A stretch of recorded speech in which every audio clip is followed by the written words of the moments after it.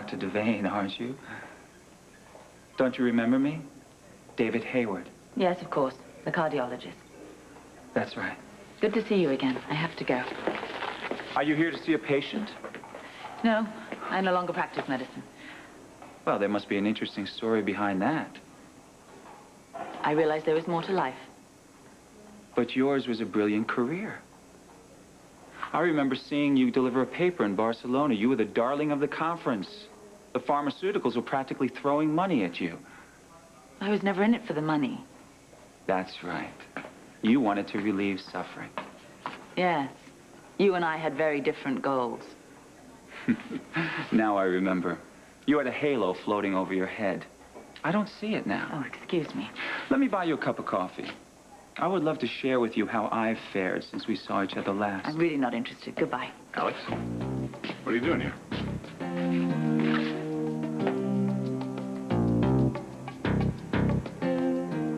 I got myself all turned around, but I'm all right now because that's the way out. Do you know, Dr. Hayward? He was kind enough to give me directions when I got lost. I was only too happy to.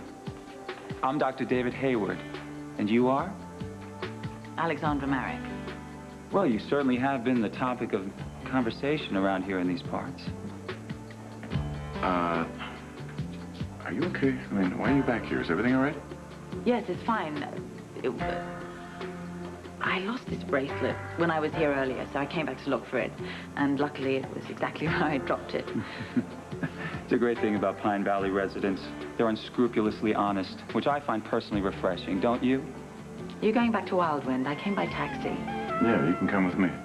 Mrs. Marick, I would like to offer you my condolences for your loss. I didn't know Dimitri very well, but I do know that he will be greatly missed in this town. Thank you. Alex, shall we?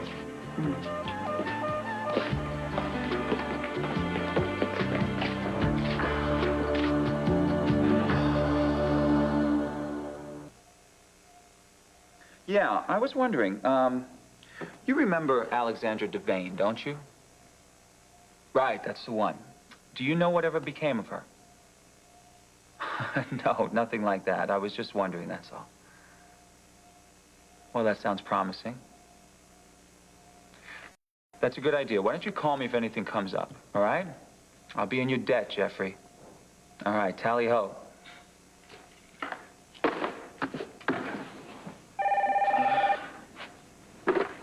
David Hayward. Bianca. Well, it's nice to hear your voice. Oh, don't worry about it. It was my pleasure. I'm happy that you enjoyed it. So, you having a good time with your mother? Uh-huh. Well, that's good. I'm happy to hear it. Look, would your mother happen to be there right now? All right, thanks, Bianca.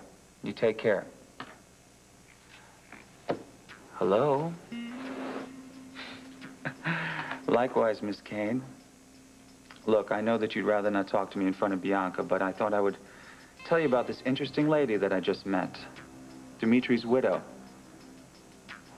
Yes, you've made it very clear that you distrust her. But how much do you really know about her? A fortune hunter. Yes, I'm still here. I was just thinking. Really? So Hayward's as good as all that? Well, he did save Erica Kane's life. Of course, that was colored by the fact that he was driving the car and caused the accident. Oh. Still, to number Erica Kane amongst your patients. Something to drink? No, thank you. Well, he's not shy about publicity either. I've read he had many celebrities as patients. Yeah. But if he's that famous and talented, please don't take this the wrong way. What's he doing here in Pine Valley? Well, he just arrived recently.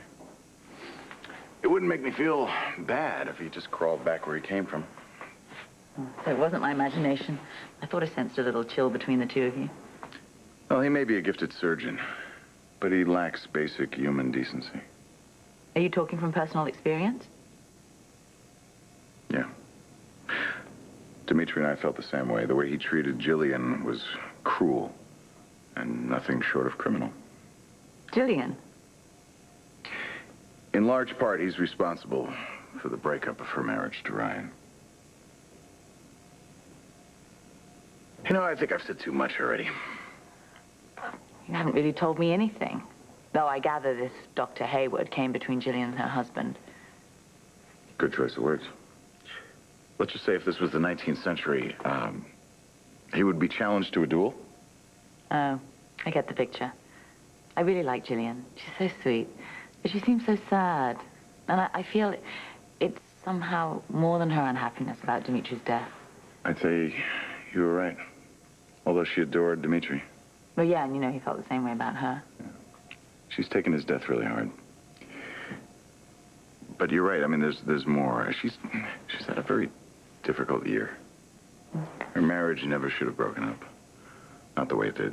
I mean, everybody knows that she and Ryan still love each other. I understand her unhappiness.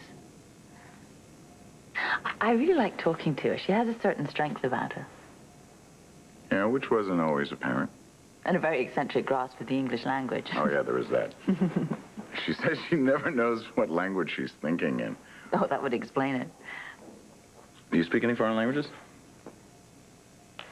Here I thought we were having a nice friendly chat and you're still grilling me. We were, and I'm not. Yes, you are. You're trying to find out things about me. That is not true, not at all. Oh, for the record, I know nothing about the Brooklyn Dodgers. Okay, what? Yeah. You know, in the old American war films, that's how they found out who the German spy was. The one who knew nothing about the Brooklyn Dodgers. Stalag 17, Bill Holden. See? By the way, I've been meaning to ask you, did your missing bag ever arrive? No, it didn't, no. Yeah, it seems like a lot of things are missing these days, Alex. I'll look into it. Thank you. Well, look at the time. Maddie's nap time is just about over. I promised her I'd take her for a walk. Oh, don't let me keep you. Thank you for the lift. You're welcome. Will you be staying at the hunting lodge the rest of the day? You don't have to answer that. Go.